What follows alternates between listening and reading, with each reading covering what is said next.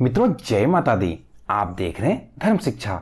मित्रों आज के इस वीडियो में मैं आपको बताने वाला हूं कार्तिक का पावन मास कब से शुरू हो रहा है और इसकी समाप्ति कब होगी, और कार्तिक मास में आपको क्या क्या चीज नहीं करना चाहिए और क्या क्या चीज आप कर सकते हैं, जरूर करना चाहिए।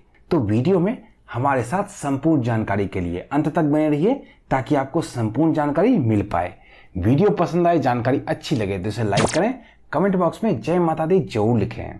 तो सबसे पहले बात करते हैं कार्तिक मास की। कार्तिक मास हिंदुओं में एक शुभ मास माना जाता है। सभी मासों में आप व्रत त्योहार को नहीं आरंभ कर सकते, लेकिन कार्तिक मास में आप किसी भी व्रत को आरंभ कर सकते हैं। कब व्रत को आरंभ कर सकते हैं? तो शुक्ल पक्ष में ही व्रत आरंभ किया जाता है। कृष्ण पक्ष में कभी भी व्रत आरंभ ना करें, शुक्ल पक्ष में व्रत आरंभ करें।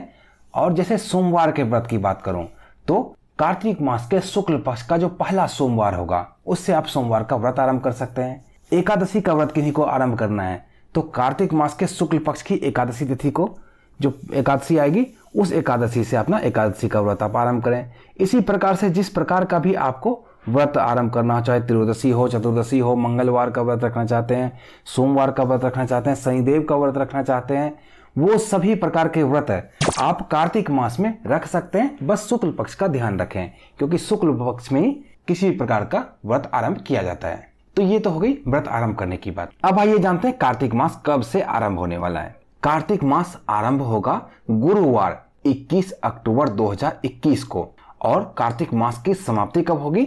शुक्रवार 19 नवंबर 2021 को। शुक्रवार 19 नवंबर 2021 को कार्तिक मास की पूर्णिमा है। इसके बाद अगहन मास आरंभ हो जाएगा, अर्थात 21 अक्टूबर 2021 से लेकर 19 नवंबर तक कार्तिक मास चलने वाला है। कार्तिक मास हिंदी पंचांग का 8वां महीना है। कार्तिक मास में दामोदर भगवान यानी कि भगवान विष्णु की पूजा अर्चना विशेष तौर पर की जाती है। यह महीना शरद पूर्णिमा से लेकर कार्तिक पूर्णिमा तक चलता है, जिसके बीच में कई प्रकार के विशेष त्योहार मनाए जाते हैं। जैसा कि आप जानते हैं दीपावली का त्योहार भी कार्तिक मास में ही मनाया जाता है। इस मास में ब्रह्म मुहूर्त में स्नान करने का विशेष महत्व है। आपने अक्सर लोगों से सुना होगा कार्तिक स्नान करने की बात। कार्तिक स्नान जो होता है वो ब्रह्म मुहूर्त में किया जाता है। अगर यह स्नान गंगा नदी में की जाए तो अति उत्तम, लेकिन अगर गंगा नदी नहीं उपलब्ध हो आपके आसपास तो किसी अन्य नदी में कर सकते हैं। अन्य नदी उपलब्ध ना हो तो तालाब में कर सकते हैं। तालाब भी आसपास उपलब्ध ना हो तो अपने घर में कर सकते हैं, लेकिन ब्रह्म मुहूर्त में अर्थात सूर्योदय से पहले पहले स्नान करने का महत्व है। सुबह जल्दी उठना चाहिए और स्नान करके पूजा पाठ करके ही अपना दैनिक कार्य करना चाहिए। इस महीने में 2 एकादशियां आती है, जैसा कि हर महीने में आती है। इस महीने जो एकादशी पड़ेगी, पहली एकादशी रहेगी एकादशी और दूसरी एकादशी रहेगी देवउठनी एकादशी। जैसा कि आप सभी जानते हैं भगवान विष्णु 4 महीने की निद्रा से देवउठनी एकादशी के दिन ही उठते हैं, और इसी के बाद किसी प्रकार का मांगलिक कार्य आरंभ होता है। विवाह, मुंडन, गृह प्रवेश वगैरह इसके बाद ही करना चाहिए। इस महीने में तप और पूजा उपवास करने का विशेष महत्व होता है, जिसके फलस्वरूप जीवन में वैभव की प्राप्ति होती है। भगवान विष्णु के लिए इसमें तरह तरह के लोग व्रत करते हैं और भगवान विष्णु की पूजा अर्चना करते हैं। कार्तिक मास में दीप दान का भी बहुत ज्यादा महत्व है।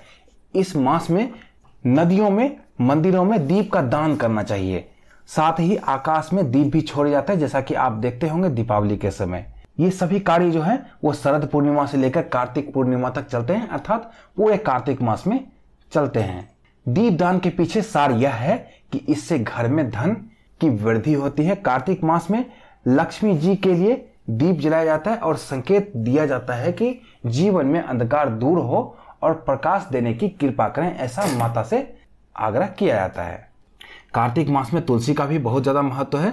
इस मास में आपको तुलसी की पूजा करनी चाहिए। ब्रह्म मुहूर्त में सवेरे स्नान करने के बाद सूर्य देवता एवं तुलसी के पौधे में जल जरूर चढ़ाना चाहिए। जब सूर्योदय हो जाए उस समय सूर्य देवता को जल चढ़ावे और तुलसी के पौधे को भी इसके बाद ही जल चढ़ावे। ये बात का जोर ध्यान रखें, तुलसी की पूजा हर रोज करनी है, लेकिन ब्रह्म मुहूर्त में स्नान करना है और तुलसी की पूजा सूर्योदय के बाद ही होती है।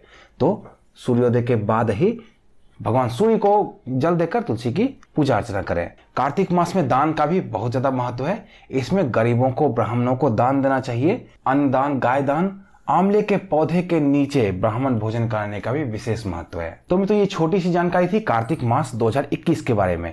इसी तरह की अन्य ज्ञानवर्धक वीडियो के लिए जुड़े रहें धर्म शिक्षा के साथ और देखते रहिए धर्म शिक्षा। जय माता दी।